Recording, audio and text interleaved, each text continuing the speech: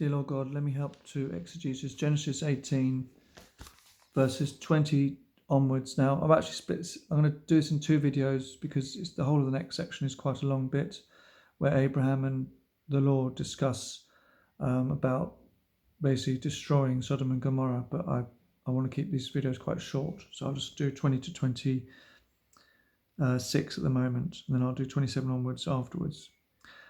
And the Lord said, because the cry of Sodom and Gomorrah is great, and because their sin is grievous, I will go down now, he's saying now, and see whether they have done altogether according to the cry of it, which has come unto me, and if not, I will know. Now that's interesting, because God is asking himself, is what I'm hearing true? But we know God is that. So God is in a way teaching us how we should be more like me. Well, maybe he's being human in that way, because of course it was going to be exactly as he knew it, but he wants to know for sure. And perhaps that we should be, actually no, I think I'm wrong in that regard, but it's just very interesting. Of course it was going to be exactly as he knew it. And the men turned their faces from thence and went towards Sodom, but Abraham stood there before the Lord. So they'd gone to visit Abraham first, and then they were off to Sodom and Gomorrah. Yes. And so Abraham heard what they were saying. That's why. Because Abraham could hear what they were saying. That's why he said it. It's to make Abraham wonder what was going on as well. That's why he said it. And the men turned their faces from thence and went towards Sodom, but Abraham stood yet before the Lord. And Abraham drew near and said, Wilt thou also destroy the righteous with the wicked? So here Abraham is now wrestling with God in a different way to what Jacob wrestles with God. Peradventure there be 50 righteous within the city. Wilt thou also destroy and not spare the place for the 50 righteous that therein? Now here Abraham is using logic and reason. This is what he's doing with the Lord, but Lord is above logic and reason, as we know.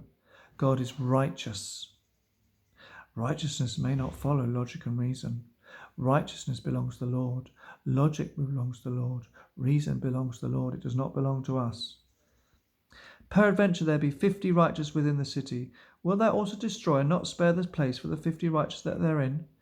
That be far from thee to do after this manner, to slay the righteous with the wicked, and that the righteous should be as the wicked. That be far from thee.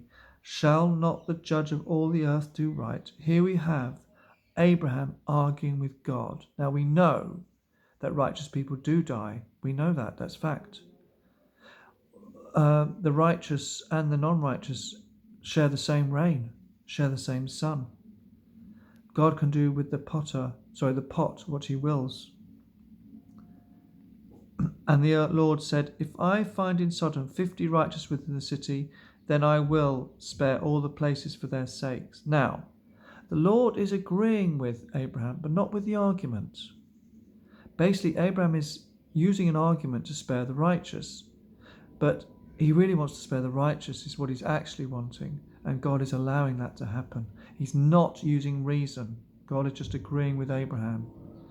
It's similar to what he said earlier on, where at the start of 18, basically Abraham asked, can I get you some meat? Was it some bread?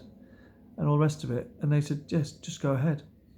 What we're learning from this passage is that God listens to our cries.